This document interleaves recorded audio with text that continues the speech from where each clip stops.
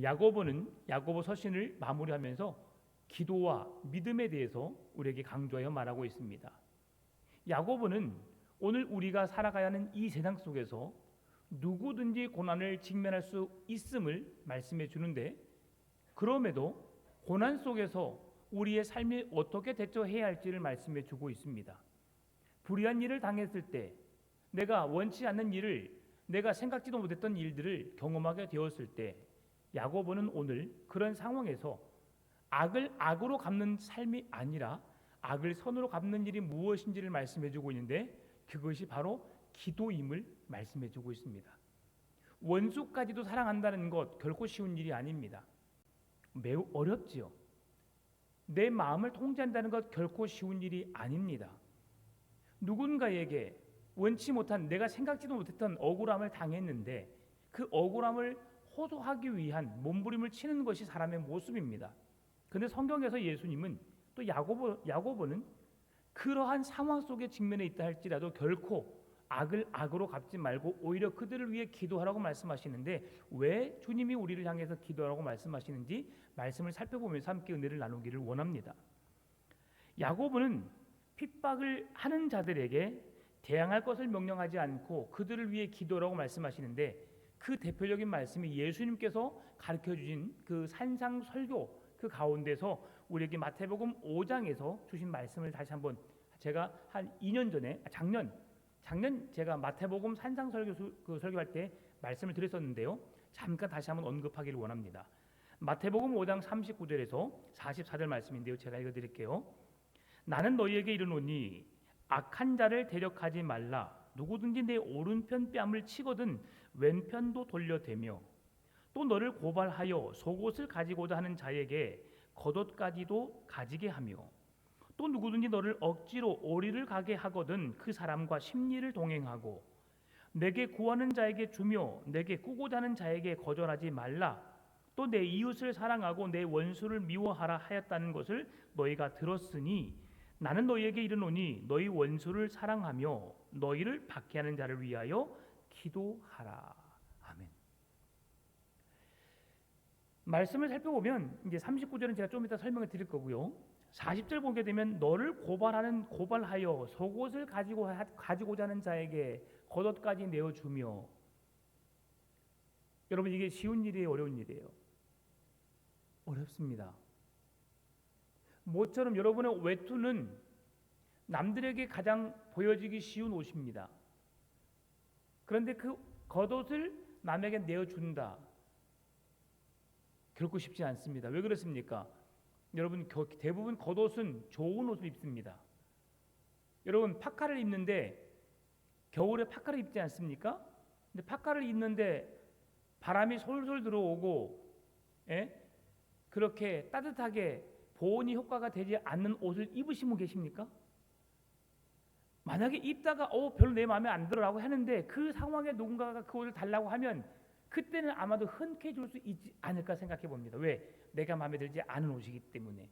그런데 내가 애지중지하고 있는 옷을 준다는 것 결코 쉽지 않습니다. 그런데 지금 성경이 말하는 겉옷의 의미는 이런 의미가 아닙니다. 그 지역은, 팔레스타인 지역은 낮과 밤의 기온차가 심해서 그 겉옷은 내 생명과도 같은 것을 말합니다. 그러면 그 사람이 내게 생명을 요구할 때에 내 생명을 다해서 그를 사랑할 수 있겠느냐는 말이죠. 단지 겉옷의 의미가 아닙니다. 겉옷은 생명과도 같은 의미이죠. 쉽지 않습니다. 누가 오리를 가자고 합니다. 아무 이유 없이 그냥 오리를 가자죠. 심리가 4kg입니다. 오리는 2kg죠. 근데 2kg를 가자고 하는 사람에게 4kg까지 갈 수 있는 사람, 이것은 좀 해볼 만합니다. 돈 들어간 것도 아니거든요. 내가 건강하면 해볼 수 있는 일입니다. 그런데 내가 뭔가 급한 일이고 바쁜 일이 있고 처리해야 할 일이 있는데 그 일을 놔두고 간다는 건 결코 쉽지 않습니다. 이것 또한 쉽지 않은 일임을 보게 되죠.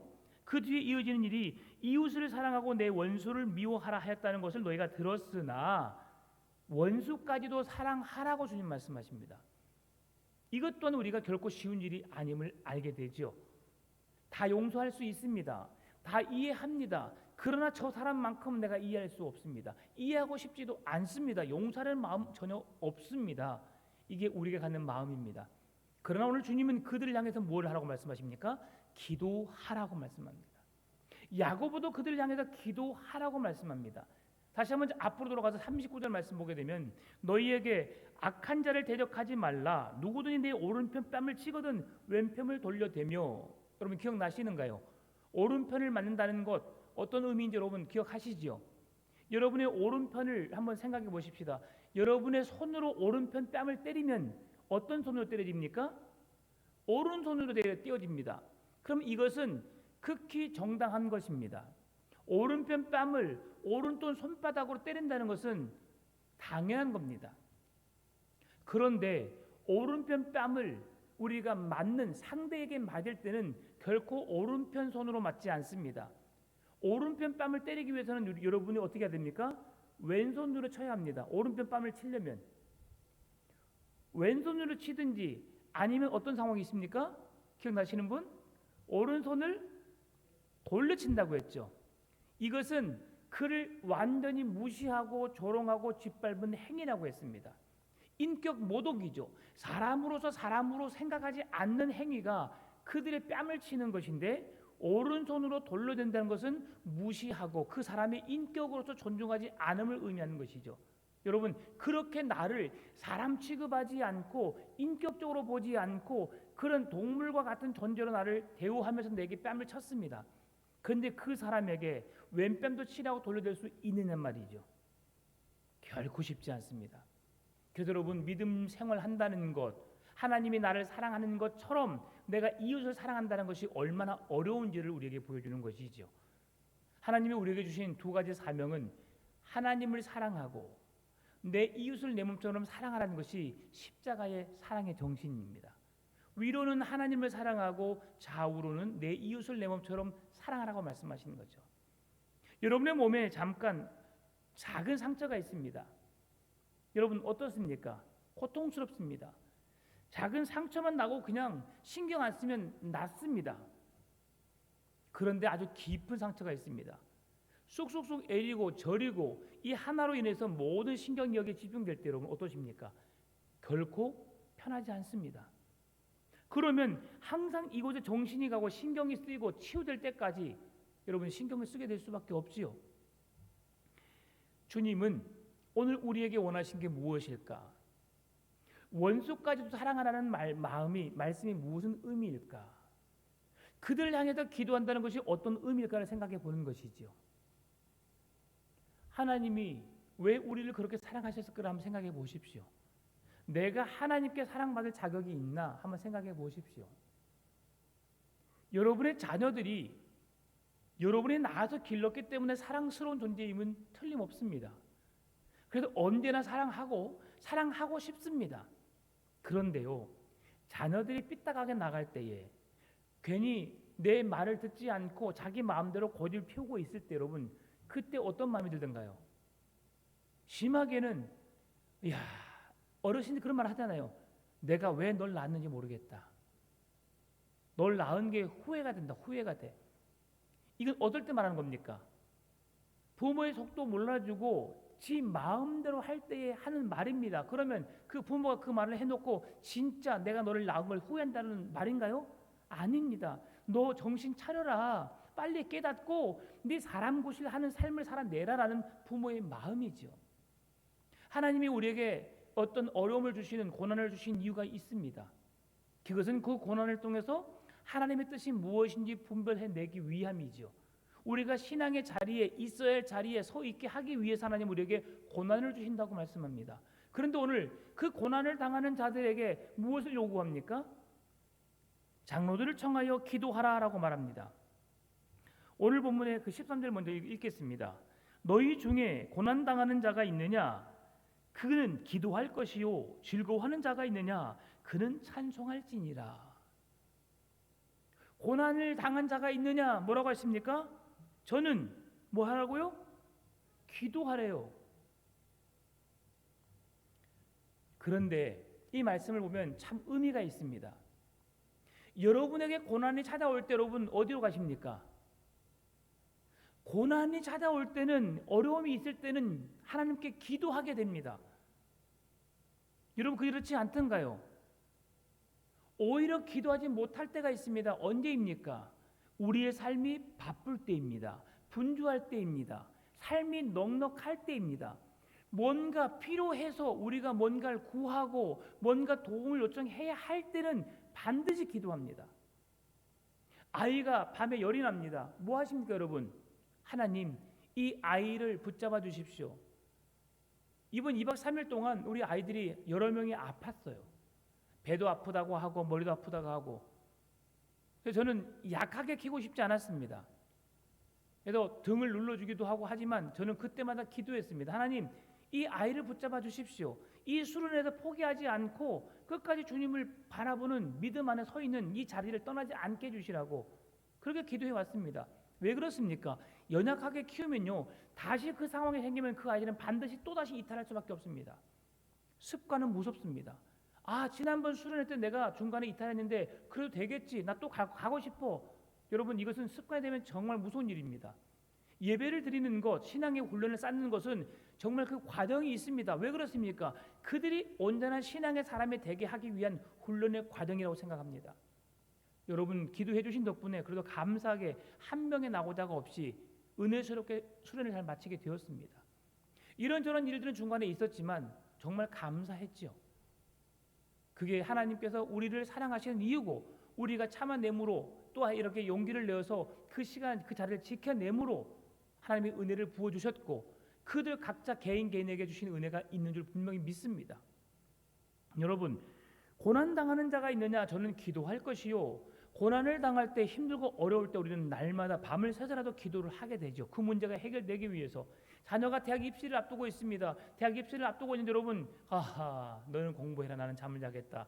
그런 부모 계십니까? 혹 피곤해서 졸 수 있겠지만 그 자녀가 깨어 있을 때까지 부모가 깨어 있고 싶어 합니다. 왜 그렇습니까? 그의 고단한 힘든 싸움을 함께 부모가 싸워주고 싶은 것이죠. 내가 그 친구가 아들이 딸을 이루지 못해서 같이 공부할 수는 없지만, 공부를 대신해 줄 수는 없지만, 공부하는 아들을 위해서 함께 노력해 주는 부모의 마음은 아이가 알게 되거든요. 취직을 놓고 있을 때, 결혼을 앞두고 있을 때, 자녀의 출생의 문제를 놓고 있을 때 여러분 기도하잖아요. 하나님, 자녀를 주십시오. 하나님, 이 가정에 평안을 주십시오. 두 사람의 관계가 깨어지지 않도록, 마음 상하지 않도록 하나님 지켜주시라고 늘 기도합니다. 그런데 여러분, 믿음 생활 잘 하지요. 돈 잘 벌지요.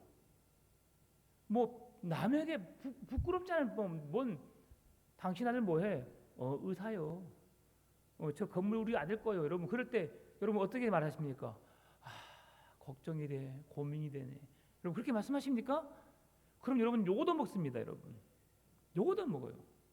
예. 아, 어디 살아? 아, 54평인데 그냥 쬐끄만해. 이야, 이건 54평이 아니면 이건 어렵습니다, 여러분. 그럴 때일수록 겸손해야 되겠지요. 그럴 때는 여러분 목에 힘이 들어가고 어깨에 힘이 들어갈 때 있습니다. 그럴 때 결코 기도하기 쉽지 않아요. 그런데 하나님은 고난 당하는 자가 있느냐? 그는 기도할 것이요라고 말합니다. 기도한 이후에 뭘 말씀하십니까? 즐거워하는 자가 있느냐? 그는 찬송하라고 말씀합니다. 기도와 찬송이 우리의 삶 속에 고난과 즐거움이 있는 그 모든 순간에 행해야 할 일이 무엇인지를 말씀해 주고 있는데요. 우리가 기도하는 것은 누구에게 기도합니까? 하나님께 기도합니다. 찬송을 누구에게 합니까? 하나님께 하는 겁니다. 세상의 노래는 내 흥에 의해서 내가 기분 좋으면 불려집니다. 그러나 우리가 찬송을 하는 이유는 내가 기분 좋다고 그냥 가만히 있는데 찬송하는 것이 아니에요. 찬송을 부르는 이유는 하나님의 자녀임을, 내게 구원을 베풀어 주신 그 은혜와 사랑에 감사함으로 고백되어지는 것이 찬송입니다. 따라서 힘들고 어려울 때, 고난이 닥칠 때 살아계신 하나님께 부르짖어 기도하는 것이 우리 신앙생활의 삶이어야 하고, 기쁘고 즐겁고 감사한 일이 있을 때 주님을 찬송하는 것이 믿음의 사람의 모습 속에 나타나야 한 삶임을 말씀해 주는 것이죠. 그렇게 여러분 살고 계신 줄 믿습니다. 항상 기도하고 쉬지 말고 기도하고 항상 기뻐하고 쉬지 말고 기도하고 범사에 감사함으로 주의 이름을, 성호를 찬송하고 하나님의 자녀다운 삶을 살아내시는 여러분 되어지시기를 바랍니다. 그렇게 이어지는 우리의 삶 속에서 무엇을 말씀하십니까? 14절 읽기 전에 먼저 말씀의 이해를 돕기 위해서 우리의 인생 속에서 고난 자체가 있을 수 있는데 그 고난을 어떻게 이겨내야 하는지 시편 말씀을 통해서 한번 살펴보길 원합니다. 시편 107편 23편에서 31절까지 제가 좀 길지만 읽어드리겠습니다. 배들을 바다에 띄우며 큰 물에서 일을 하는 자는 여호와께서 행하신 일들과 그의 기이한 일들을 깊은 바다에서 보나니 여호와께서 명령하신즉 광풍이 일어나 바다 물결을 일으키는도다. 그들이 하늘로 솟구쳤다가 깊은 곳으로 내려가나니 그 위험 때문에 그들의 영혼이 녹는도다. 그들이 이리저리 구르며 취한 자같이 비틀거리니 그들의 모든 지각이 혼돈 속에 빠지는도다. 이에 그들이 그들의 고통 때문에 여호와께 부르짖음에 그가 그들의 고통에서 그들을 인도하여 내시고 광풍을 고요하게 하사 물결도 단단하게 하시는도다. 그들이 평온함으로 말미암아 기뻐하는 중에 여호와께서 그들이 바라는 항구로 인도하시는도다. 여호와의 인자심과 인생에게 행하신 기적으로 말미암아 그를 찬송할지로다. 바다 위에서 여러분 깊은 파도를 만나본 적 있으십니까? 큰 파도를 만나본 적 있으십니까? 제가 언젠가 말씀드렸지만 제가 수련회 갈 때에 여수 어디 섬으로 들어갔었는데 기울어서 바다가 밑을 보면 바다가 보이고 또 하늘과 바다가 왔다 갔다 하는 것을 경험해 본 적이 있어요. 그때 저도 믿음으로 기도한다고 구주여 광풍이 일어 처음에 찬송을 했습니다. 큰 물결이 뛰놀며 잠잠하라 잠잠하라 잠잠하라 찬송을 했는데 결코 잠잠해지지 않더라고요. 막 옆에서 오바이트 하고 난리 났습니다. 이제 여기서 우리 죽게 되는구나. 주님 우리에게 요나의 기적을 주십시오. 하면서 막 큰 풍랑을 잠잠케 하고 야 누가 요나가 될래? 막 누가 뛰어들어 막 그런 장난도 해보고 결코 멈추지 않더라고요. 근데 어느덧 배가 딱 도착지에 도착해서 내리는데 그러니 좀 파도가 잠잠해지더라고요. 왜 그런 사나운 풍랑을 바다를 만나게 하시는지 모르겠지만 참 그때 정말 무서웠습니다. 아 이렇게 죽는구나 생각하겠죠. 바다에 파도가 치는 거 사람이 어떻게 해볼 수 없습니다. 자연 해볼 수 없는 거죠. 이번 월, 화, 수 매우 더웠습니다. 월요일날, 화요일날 여러분 목사님들이 많이 기도했습니다. 여러분도 기도해 주셨겠지만 오전에 아침에 갔는데 너무 더운 거예요. 그 애들 물놀이하는데 슬라이드 타는 미끄럼틀 같은 게 있잖아요. 뜨거워서 손을 못 댈 정도입니다. 그러니까 그 스태프들이 물을 계속 뿌리고요. 그 10m 되는 그 물통 그 튜브 속에 물이 받아져 있는데 이런 말 하셔도 될지 모르겠지만 여러분 물속에서 오줌을 딱 싸면 주위가 따뜻해집니다. 물이 따뜻해요. 온천탕에 오는 것 같아요. 얼마나 햇빛이 뜨거웠던가. 그래서 애들이 오줌 싸서가 아니고 햇볕에 의해서 물이 그렇게 뜨거워졌어요. 그래서 한 그 물놀이를 주최하는 목사님이 하나님 하늘을 보더니 계속 기도하더라고요. 하나님 엘리야와 같은 손바닥만한 구름을 주십시오라고 하더라고요. 그렇게 말하는데 사방에 엄청 큰 구름들이 막 널려 있어요. 이것이 아닌가? 라고 했지만 그래도 그 간절한 마음이 뭐였어요?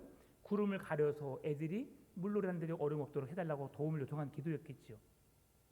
1시간 2시간 지나고 나니까 3시 정도 됐을 때 구름이 쫙 가려주더라고요. 너무 감사했어요. 야 이게 하나님의 은혜인가?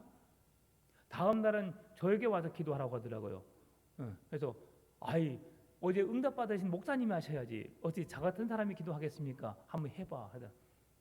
여러분 하나님께서 구름을 가려주기를 간절히는 아니고 그런 마음으로 잠깐 기도해봤다. 하나님께서는 어제는 3시에 가려줬다면 오늘은 2시에 가려줘가지고 잠시 했으면 잠시 그 4시도 잠시였지요. 그러나 그 순간에 둘이 이야기하면서 야 역시 하나님은 우리의 기도를 들으시는구나 라는 생각을 해보았습니다. 아이들이 얼마나 재밌게 놀았던가. 노는 아이들은 그냥 얼굴 붉을붉을해요. 근데 열심히 도왔던 중학교 1학년부터 고3에 이르는 수험생 그 학생들이 스태프로 일하거든요. 코 있는 데가 루돌프 코가 됐어요. 얼마나 뜨거웠던가. 정말 열심히 합니다. 근데 그런 것을 보면서 야, 그 아이들에게 있어서 너무너무 행복한 시간이었겠구나 생각해 봅니다. 자, 이걸 좀 3점포로 갔는데요. 왜 이런 풍랑을 일으키게 되는가? 그 풍랑을 경험한 사람들은 풍랑을 잠잠케 하셨고 풍랑이 잠잠케 하는 가운데 안전한 도착지까지 이르게 한다는 것이 얼마나 은혜인지를 압니다. 하나님은 분명히 우리가 어떤 험난한 일을 당했고 어떤 우리가 문제를 해결할 수 없는 일들의 직면에 있지만 하나님께서 우리에게 기도할 수 있는 상황으로 몰아가게 하시고 그 하나님께 부르짖으면 하나님은 그 모든 것을 은혜로 역사하시는 하나님이심을 우리에게 말씀해 주신다는 것이죠. 시편 기자가 말씀한 게 바로 그것입니다. 배를 바다에 띄우며 큰 물에서 일을 하는 자들, 여호와께서 일하시는 것들, 여호와께서 기하게 행하신 그 모든 일들을 보게 된다. 역시 하나님은 살아 계시는구나 라고 경험할 수밖에 없다는 것이죠. 그러면 그렇게 인도하신 하나님 앞에 내가 평온함으로 기뻐하는 중에 여호와께서 그들이 바라는 항구에 인도하셨는데 그 인도하시는 하나님께 무엇을 해야 되는가? 인자하심과 인생에 행하신 기적으로 말미암아 그를 찬송할지로다. 오늘 저는 오늘 13절에서 너희 중에 고난당하는 자가 있느냐 그는 기도할 것이요 즐거워하는 자가 있느냐 찬송할 것이라고 말씀하셨는데 그 험난한 인생 속에서 건져주셨고 그들을 안전한 곳으로 인도하신 하나님께 행할 일이 무엇이라고요? 찬송하는 것이라고 말씀하는 것이죠. 여러분 찬송이 우리에게 얼마나 중요한지를 말씀해 주고 있는 겁니다. 가장 큰 고난은 외부적인 고난이라기보다도 어떤 고난이냐면 내 안에 있는 내 마음의 고난이 더 크다는 것을 우리 느낄 수 있습니다. 제가 늘 여러분에 말씀드리죠. 무릇 지킬 만한 것보다 내 마음을 지키라. 생명의 근원이 이에서 남이니라 라고 말씀을 늘 드립니다. 여러분 이 말씀은 마음에 새기시기 바랍니다. 다 애우시기 바랍니다. 여러분 우리의 마음을 잃어버린다는 것은 우리에게 큰 고통을 줍니다. 사랑하는 사람에 대한 신뢰가 무너지게 되면요, 그 마음이 무너지게 되면요, 그 사람에 대한 회복은 결코 쉽지 않습니다. 우리의 마음, 우리의 생각, 우리의 언어가 부정적인 시각으로 바라보기 시작하게 되면요, 여러분 우리의 마음이 긍정적으로 회복되기까지는 엄청난 큰 오랜 시간이 걸립니다. 우리의 마음이 한번 무너지는 것은 쉽습니다. 여러분 잠 잘 지어놓은 댐이 무너지는 것은 순식간입니다. 다시 그 댐을 조성하기 위해서는 엄청난 시간이 걸리죠. 여러분 산사태가 일어나서 집을 쓸어내리는 것 순식간입니다. 하루아침에 저녁 잠자는 시간에 갑작스럽게 산사태가 나버리면 그 밑에 있는 모든 집들, 논들, 밭들 다 그냥 쑥대밭이 돼버립니다. 다시 그것을 복구하고 회복시키는 것은 오랜 시간이 걸립니다. 여러분 우리의 마음 지켜야 합니다. 우리의 신앙 지켜야 합니다. 사단은 우리를 넘어뜨리기 위해서 오늘도 우는 사자와 같이 돌아다니며 삼킬 자를 찾습니다. 한번 그 사탄의 올무에 빠지게 되면, 사단의 꾀임에 넘어지게 되면, 우리의 마음과 생각을 빼앗기게 되면 여러분 우리는 모든 것을 잃을 수 있는 끔찍한 일을 당할 수밖에 없다는 것을 잊어서는 안 될 것입니다. 여러분의 마음을 지키시기 바랍니다. 하나님을 사랑하는 믿음, 우리에게 주어진 그 믿음을 온전히 지켜내므로 하나님이 우리에게 허락하신 구원의 자리에서 여러분 하나님 주시는 평안함과 기쁨, 늘 기도의 자리에서 감사하시고 즐거워하는 일들로 가득하여서 여호와 하나님을 찬송하는 일을 그치지 않는 삶을 살아내시기를 바랍니다. 이것이 은혜입니다. 오늘도 주님 하루를 시작하게 하여 주셨고 오늘도 주님을 기억함으로 하루를 마무리할 수 있도록 이끄신 하나님 감사합니다. 늘 그런 삶이 여러분 삶 속에 끊임없이 지속될 수 있기를 바랍니다. 햇볕을 주셔도 감사하고 비를 주셔도 감사하고 어떤 환경 속에서도 감사를 잃지 않는 여러분 되시기를 바랍니다. 그러면 오늘 이런 상황 속에서 사도 바울도 이렇게 고백했습니다. 로마서 7장 24절 25절입니다. 오호라 나는 곤고한 사람이로다. 이 사망의 몸에서 누가 나를 건져내랴. 우리 주 예수 그리스도로 말미암아 하나님께 감사하리로다. 그런즉 내 자신이 마음으로는 하나님의 법을 육신으로는 죄의 법을 섬기노라. 인간의 약함을 그대로 표현한 말씀입니다. 오호라 나는 곤고한 사람이로다. 누가 나를 이 사망의 몸에서 건져내랴. 여러분 바울처럼 위대한 사람이 어디 있습니까? 바울처럼 많이 배우고 많이 하나님을 알고 그렇게 잘 산 사람은 없습니다. 그럼에도 바울이 고백하기를 오호라 나는 곤고한 사람이로다. 이 사망의 몸에서 누가 나를 건져내랴. 고백할 수밖에 없었지요. 그러면서 바울은 고백합니다. 우리 주 예수 그리스도로 말미암아 내가 감사한다. 예수 그리스도가 없었을 때는 그가 모든 것을 가진 자이지만 아무것도 가지지 못한 자보다 더 불행한 인생을 살았습니다. 많은 것을 가졌지만 풍요를 누리지만 여러분 우리 안에 예수 그리스도가 없으면 그의 인생은 불쌍한 인생입니다. 불행한 인생입니다. 예수님을 만나신 것을 축복으로 하시기 바랍니다. 기적 중에 기적으로 하시고 그 예수를 놓쳐서는 절대 안 될 것입니다. 바울이 예수를 만나기 전까지는 율법을 아는 자였고 하나님을 아는 자라고 했지만 진정으로 그의 삶으로 하나님을 경험하지 못했을 때는 예수 그리스도를 믿는 구원받은 백성들을 핍박하였고 박해하였고 죽이는 일에 힘썼던 자입니다.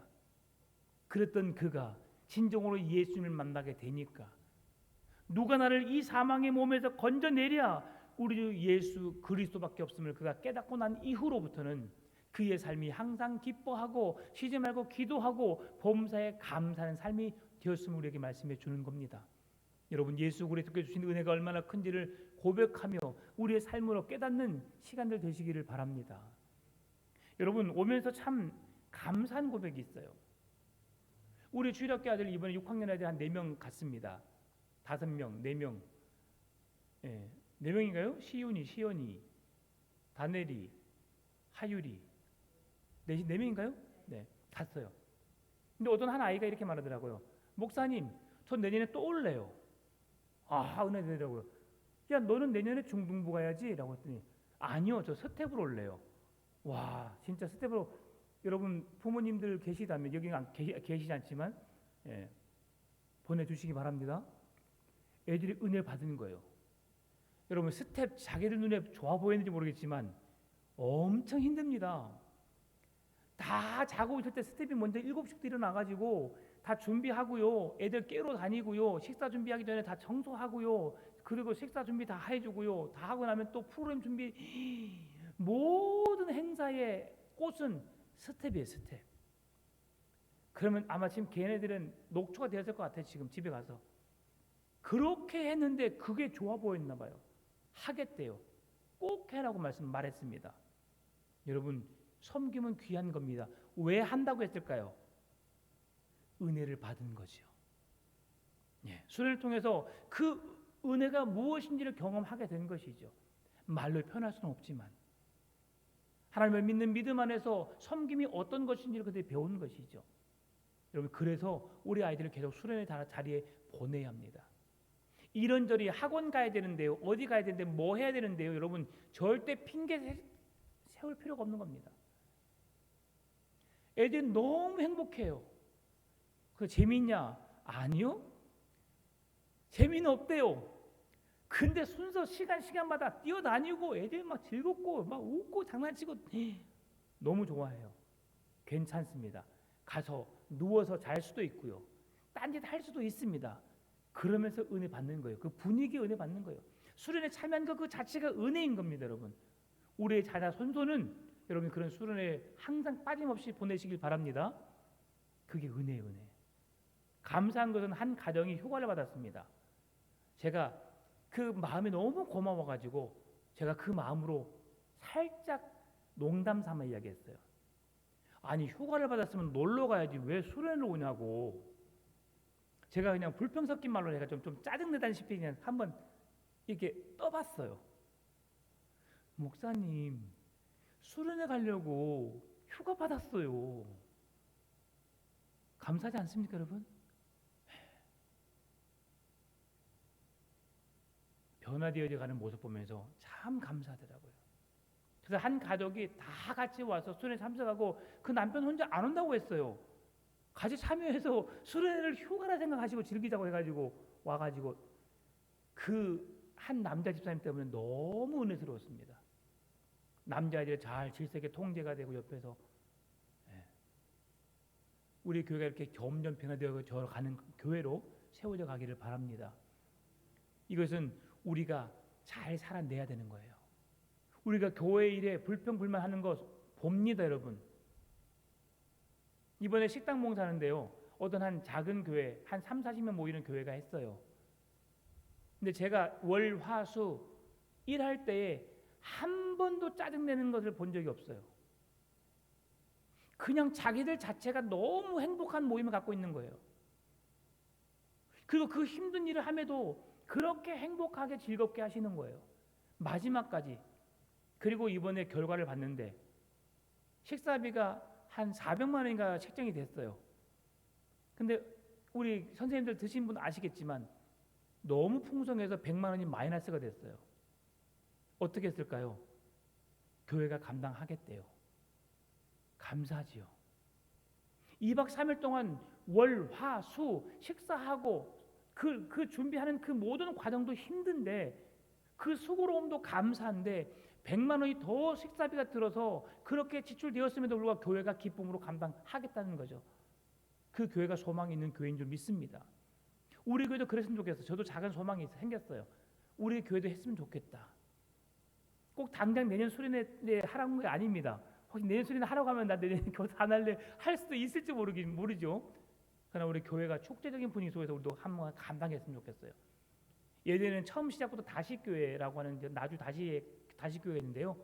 그때 한 100여 명, 150명, 200명 할 때 다시교회가 비가 막 억수 오는데 교회에서 음식을 다 준비해가지고 수련장으로 다 트럭에 싣고 막 교회 봉고차 싣고 성도님들이 너무 행복하게 잘 섬겨주셨어요. 한 3년 정도를. 우리 교회도 이런 여정이 있었으면 좋겠어요. 주님을 향한 열정, 헌신, 섬김의 기쁨으로 내가 이제 나이가 들었어. 맞아요. 다 나이가 드신 분 합니다.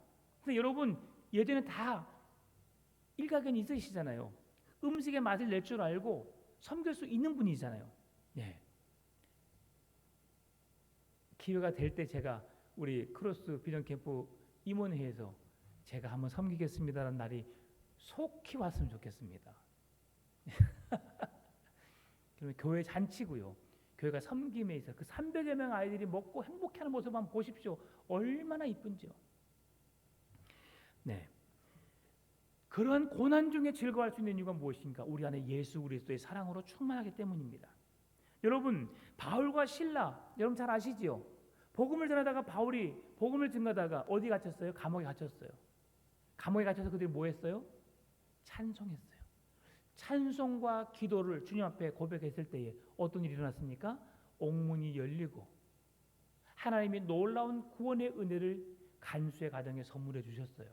뭐 하니까? 내가 하나님의 일을 하는데 내게 이런 고통이 따라 어려움이 있어. 왜 나에게 이런 일을 이렇게 허락하시는 거야? 라고 짜증을 내고 불평했더라면 이런 일은 일어나지 않습니다. 그러한 가운데 하나님께서 감사하니까 놀라운 기적을 베풀어 주시는 겁니다. 여러분 감사하는 교회에 감사하는 가정에 더 풍성한 은혜를 부어주신 하나님의 은혜를 경험하게 되는 줄 믿습니다. 여러분 교회가 행복해야 합니다. 사람이 있을 때 웃고 없을 때 찡그린 것이 아니라 항상 즐거워해야 합니다. 그 모습을 나타내 보이십시다. 그러면 새로운 신자들이 이 교회 분위기 좋네. 나도 함께 이 교회에 섬기고 싶어. 다 그냥 침묵하고 계시고 다 한자 모든 세상의 근심 걱정 다 짊어진 것처럼 인상 쓰고 있으면 오메 이 교회 가면 나도 마음이 상하겠네 하고 안 옵니다. 여러분 반가이 맞이하신 우리 하신 우리 최금영 원장님께서 얼마나 좋은지 몰라요. 항상 밝은 미소로 맞이해 주시고 그런 사랑으로 성도들은 함께 예배해 주시고 찬양할 때 여러분 찬양대원들 인상 쓰지 마십시오. 그 이쁜 얼굴로 고음 안 나온다고 막 목소리는 지르지만 그래도 웃으면서 찬양해 주십시오. 그러면 더 은혜 될 줄 믿습니다. 항상 그렇게 우리가 웃음기 넘쳐나는 교회를 만들어 가시게요. 오늘 본문의 14절 말씀입니다. 너희 중에 병든 자가 있느냐? 그는 교회의 장로들을 청할 것이요 그들은 주의 이름으로 기름을 바르며 그들을 위하여 기도할지니라라고 말씀합니다. 여러분 여기에서 너희 중에 병든 자가 있느냐라고 하는 것은 영적인 질병과 육체적인 질병을 같이 말하는 겁니다. 왜 그러면 교회 장로들을 찾아가느냐라고 했을 때 여기서 교회 장로들은 두 가지를 의미하죠. 목사 장로와 우리가 치리 장로가 있어요. 목사 장로는 주의 말씀을 통해서 성도들에게 가르치고 권면하고 깨닫게 하는 그 말씀을 직임을 감당하는 목사 장로가 있고요.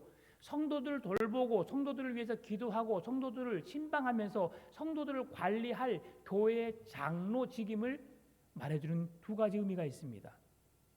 성경에서 말하는 성도들을 돌보고 교인들을 돌보고 신방하는 모든 일들은 교회의 장로들에게 주어지는 직임입니다. 누가 하는 거라고요? 장로들에게 주어지는 직임이라는 것이죠. 여러분 장로님들 무거운 부담감을 가지셔야 합니다. 왜 목사님 신방 안 합니까? 당연히 저도 해야 되죠. 함께 교회를 세워져 가는 겁니다. 한 사람에 의해서 교회가 움직여지는 건 결코 건강한 교회가 아닙니다. 우리 모두가 함께 짊어져 가야 합니다. 누가 안 보입니다. 목사님 신방했어 안 했어? 아닙니다. 내가 전화해 보면 되는 거예요. 목사님 바쁘시지요? 네, 저 안 바쁩니다. 바쁘다 좀 말하지 마십시오. 저 바쁜 사람처럼 생각하게 하지 마십시오. 언제든지 시간 낼 수 있는 사람입니다. 왜 그렇습니까? 성도를 지켜내는 것, 성도를 살리는 것, 성도를 신방하는 것이 저에게 1순위입니다. 제가 세미나를 가고 뭘 해도 여러분 저에게 연락하는 것 지체하지 마십시오. 주저하지 마십시오. 그 일이 제가 해야 할 우선순위입니다. 그렇게 말씀해 주시면 제가 언제든지 갈 수 있습니다. 여러분 주위에 누군가가 왜 안 오지? 고민되시면 전화 한번 해보십시오. 그분들은 여러분들 전화를 기다리고 계십니다. 전화하면 얼마나 반가워하는지 몰라요. 아 목사님 제가 교회를 안 나갔죠. 죄송해요. 이런 일들이 있었어요. 하신 분들이 많습니다. 네. 아 왜 저 교회까지 전화하셔? 저한테까지 전화하셨어요. 라고 하신 분도 계세요. 무슨 말씀입니까? 전화해 주셔서 고마워요라는 마음을 표현한 것이에요. 여러분이 특히 더 전화해 주시면 더 고마워할 분들이 계실 겁니다. 여러분 그렇게 함께 관심을 갖고 사랑을 갖고 그렇게 해주면 우리 교회는 더 행복해질 수 있습니다. 오늘 우리에게 이 왜 교회 장로들을 청하여서 그들에게 기도하라고 말하고 있는가? 먼저 믿는 자로서 예수 믿는 자들의 본이 되는 그 장로들에게 기도할 것을, 그들이 믿음으로 굳게 서 있는 그들의 믿음의 본이 된 삶을 통해서 병든 자를 위해서 함께 힘써서 믿음으로 기도할 것을 성경은 말씀해 주고 있다는 것이죠. 교회 장로는 믿음의 본이 되는 사람입니다. 먼저 믿는 자로서 교회를 어떻게 섬겨야 하고 어떻게 신앙생활을 해야 하는 것을 바르게 몸에 스며들어서 삶으로 살아내는 사람들을 말합니다. 그렇기 때문에 병든 자를 위하여 기도하는데 신앙의 모범적인 사람에게 기도를 하라고 말씀하시는 겁니다. 왜요? 새신자에게 기도하라고 하면 기도하는 방법도 모르거든요. 그러니 먼저 믿는 기도가 무엇인지 알고 기도의 능력을 아는 장로님들에게 기도하라고 말씀하시는 거죠. 찾아가서 그들을 신방하고 위로하고 권면하라고 말씀하시는 거죠. 여러분 이 일들을 우리 교회가 힘쓰시기 바랍니다. 교회 장로들은 권위가 아닙니다. 이번에 수련을 가서 대부분 수련을 가게 되면 부교육자들이 수련을 인도하고 담임 목사들은 한 번씩 들러보잖아요. 예, 오랜만에 봤습니다. 옛날 제가 어렸을 때 중등부, 고등부 때, 대학부 때까지만 해도 여러분 그때 한 15년, 10년 전만 해도 담임 목사들이 얼마나 권위가 있었는지 몰라요. 수련회장 가면요, 목사님 딱 등지고 이렇게 딱 하고 딱 가잖아요. 그러면 성도님들이 와서 목사님 오셨어요. 또 목사님 또 이렇게 막 고개 들잖아요. 제가 오랜만에 봤습니다. 겁나게 은혜 되더라고요. 그러면서 그분이 지나가고 난 다음에 우리 젊은 목사님들이 이야기했어요. 우린 절대 그러지 마세요. 목사가 무슨 벼슬이라고, 성도를 섬기는 자들입니다. 주님의 영광을 위해 목숨을 걸어 그 귀한 직임을 감당하는 자들입니다. 누구에게 영광을 받으려고 목에 힘주고 나 이 교회 목사야, 나 큰 교회 목사야 라고 하는 것으로 벼슬이 절대 아닙니다. 주님의 사명자로서 더 겸손하게 엎드려 주님의 복음을 위해서 헌신하고 일하고 성도들을 세워서 주님의 나라를 확장시키는 그 귀한 일에 함께 일하도록 세워지는 자가 목사입니다. 성도들이 영적으로 건강한 신앙의 사람으로 세워져 가게 하는 것이 목사입니다. 목사가 교만하고 목사가 거만하고 목사가 자기밖에 모르면 여러분 성도들은 이기적이질 수밖에 없어요. 그런 교회가 되지 않도록 저도 노력할 것이고요. 우리가 그런 교회를 세워 가십시다. 네. 하나님께서 오늘 15절에서 믿음의 기도는, 그렇게 먼저 믿는 우리들이 향해 하는 기도는 병든 자를 구원하리니 주께서 그를 일으키시리라. 혹시 죄를 범하였을지라도 사하심을 받으리라. 믿음의 기도는 뭐라고 했습니까? 병든 자를 구원하리니. 믿음의 기도는 병든 자를 구원합니다. 제가 처음에 수련회 때 애들이 좀 몸이 배가 속이 좋지 않다고 해가지고 먼저 기도했어야 되는데 인간적인 방법으로 한번 애들을 몸을 털어도 주고 눌러도 주고 해봤었어요. 이게 내가 뭐 하는 건가? 나 의사도 아닌데 하나님께 기도할 것을. 그래서 기도해 줬어요, 애들에게. 기도가 능력인 줄 믿습니다. 그 기도는 어떤 기도냐? 6절에서 너희 그러므로 너희 죄를 서로 고백하며 병이 낫기를 위하여 서로 기도하라. 의인의 간구는 역사하는 힘이 큼이니라. 믿음의 간구, 의인의 간구 동일한 기도입니다. 여러분, 믿음의 기도, 의인의 기도는 어떤 기도인가요? 예수 그리스도를 주로 믿는 믿음의 사람들이 하나님을 향하여 부르짖는 기도를 말합니다. 여러분의 기도가 믿음의 기도인 줄 믿습니다. 여러분의 부르짖는 기도가 의인의 간구가 되는 줄 믿습니다. 예수 그리스도를 주로 믿는 자들에게 하나님은 믿음의 기도라, 의인의 간구라고 주님은 칭하여 주십니다.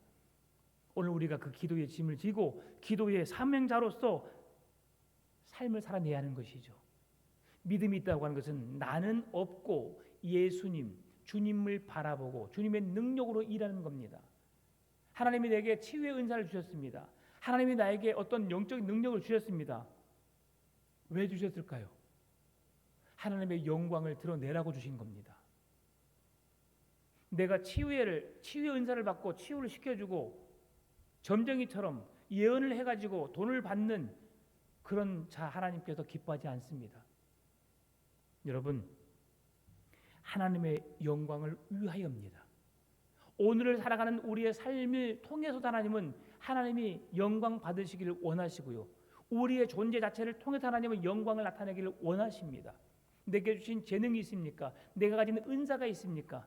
하나님의 영광을 위해 사용하신 여러분 되시기를 바랍니다. 그렇게 살아갈 때에 오늘 그 대표적인 믿음의 사람 엘리야를 소개합니다.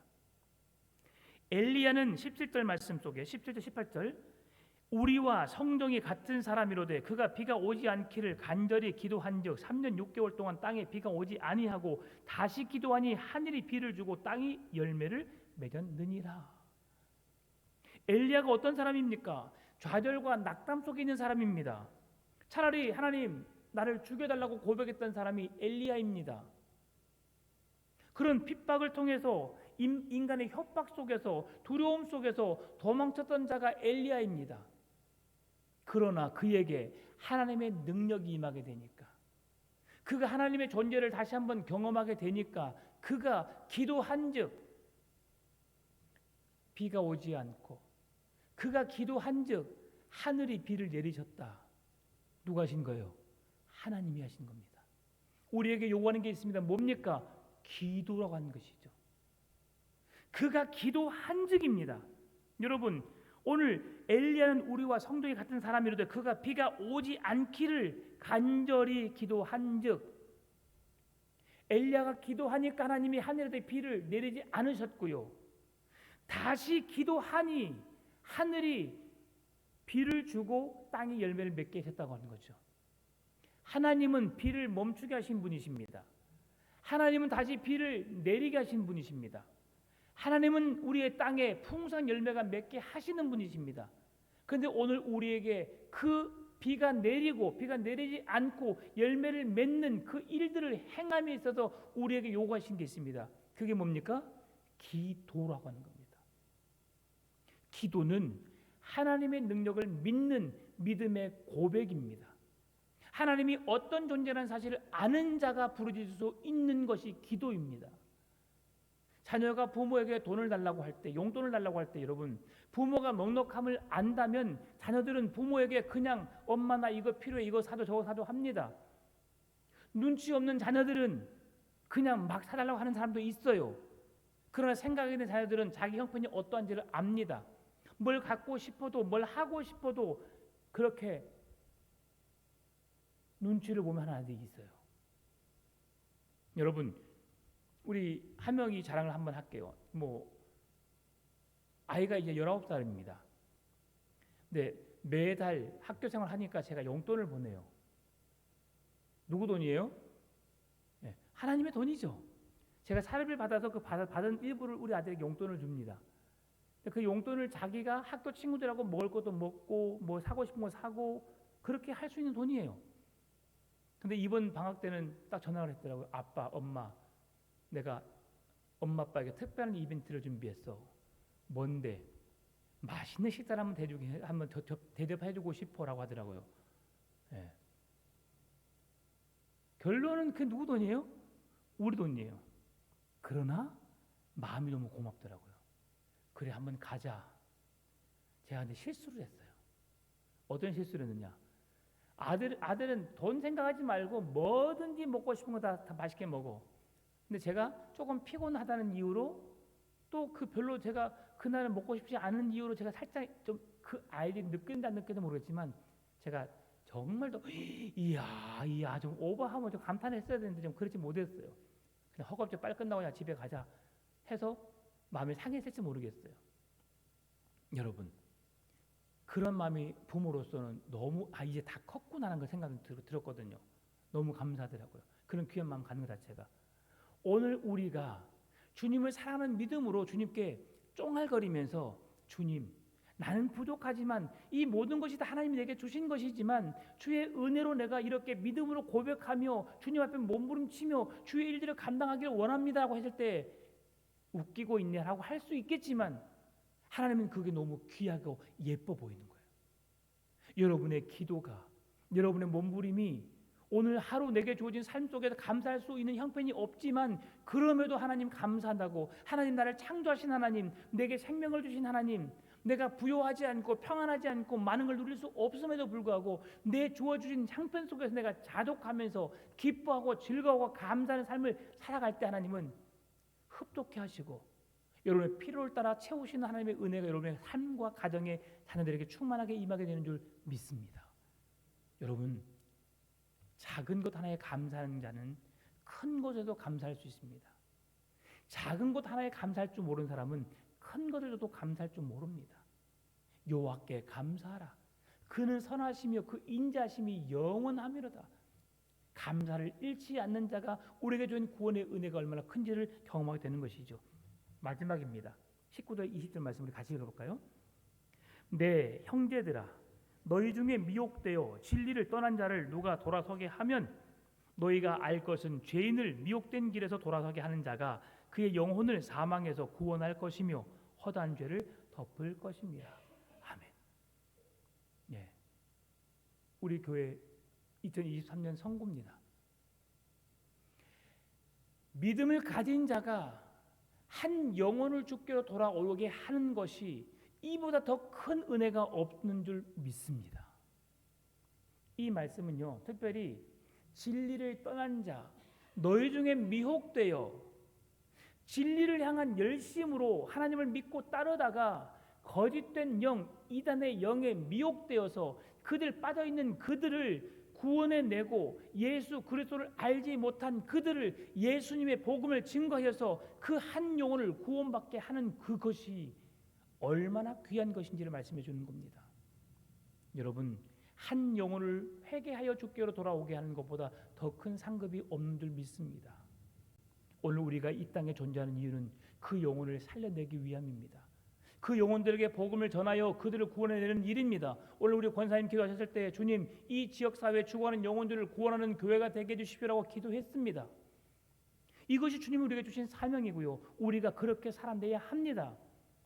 하루하루 내가 복음을 받은 자로서 교회에 왔다 갔다 하는 것도 중요하지만 내가 믿는 하나님을 증언하는 것이 우리가 해야 할 일들입니다. 여러분 처한 자리에서 예수님의 복음을 전하시기 바랍니다. 그 사랑을 전함으로 잃어버린 한 영혼을 찾아 구원하는 주님의 마음을 헤아려서 99마리가 다 들어와 있지만 잃어버린 한 마리가 아직 들어오지 못한 것을 보고 그 99마리를 놔두고 한 마리를 찾아 나가셨던 예수님의 그 마음을 헤아려서 오늘도 내가 복음을 전하면 그 영혼들이 구원을 받을 수 있을 터인데라는 마음으로 복음을 전하시고 그 사명을 감당해내시기를 바랍니다. 여러분 이 모든 것의 시작은 기도입니다. 기도를 통해 놀라운 구원의 은혜를 이루는 그 시간까지 사명을 감당하시고 주님의 기쁨이 되고 여러분의 삶에 늘 감사함 전하는 복된 삶이 되시기를 주님의 이름으로 축원합니다.